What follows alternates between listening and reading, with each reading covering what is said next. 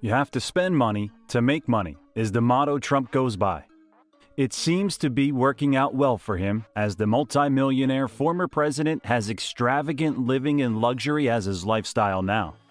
Before losing this presidential election, Trump made sure that money was pumped into his campaign to ensure that second presidential term. Money was supposed to have been one of the great advantages of incumbency for President Trump, much as it was for President Barack Obama in 2012 and George W. Bush in 2004. After getting outspent in 2016, Mr. Trump filed for re-election on the day of his inauguration earlier than any other modern president, betting that the head start would deliver him a decisive financial advantage this year. Some spending choices appeared devised, at least in part to satisfy Mr. Trump himself, including the Super Bowl ads, which were purchased as part of an advertising arms race with Mr. Bloomberg.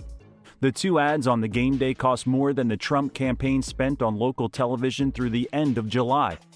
Another Trump-pleasing expense, more than $1 million in ads aired in the Washington, D.C. media market, a region that is not likely to be competitive in the fall, but it was where the president resides.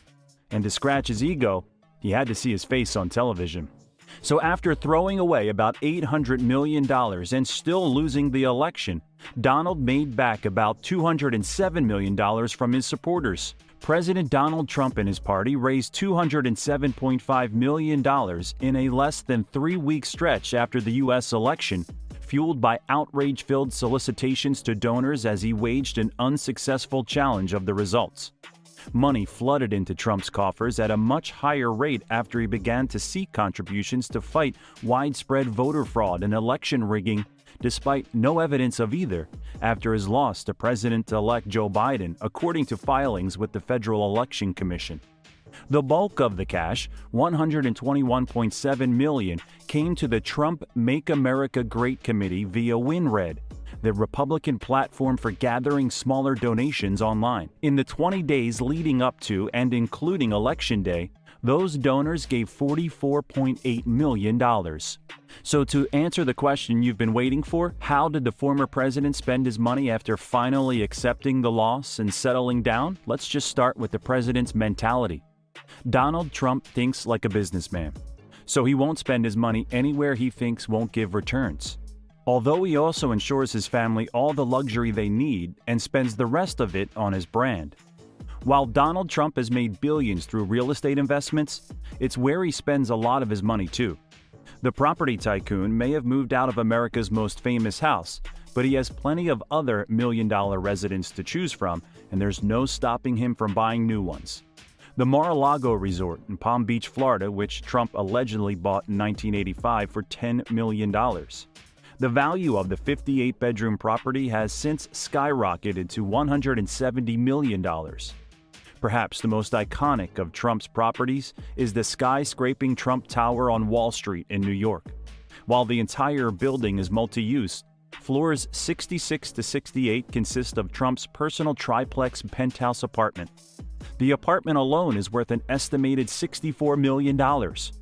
Also having numerous hotels across America, we can tell the former president means business.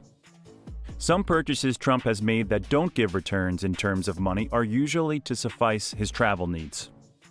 Trump's air fleet includes a Boeing 757, nicknamed Trump Force One, with fuel costs that rocket into the thousands of dollars per hour of flying. The airliner was allegedly bought in 2010 for $100 million to replace Trump's older plane, an $8 million Boeing 727 bought in the 1980s. Trump also has a pretty impressive garage, featuring various top-of-the-line cars including a vintage Rolls-Royce Silver Cloud, a Rolls-Royce Phantom, a Ferrari, a Maybach, and a Mercedes-Benz 3600. The billionaire has always had a taste for flashy but luxurious cars. So do you want to spend money like the former president? Or do you have other things in mind? Let us know in the comments down below. Remember to like the video and subscribe to keep supporting us. Until next time, stay awesome.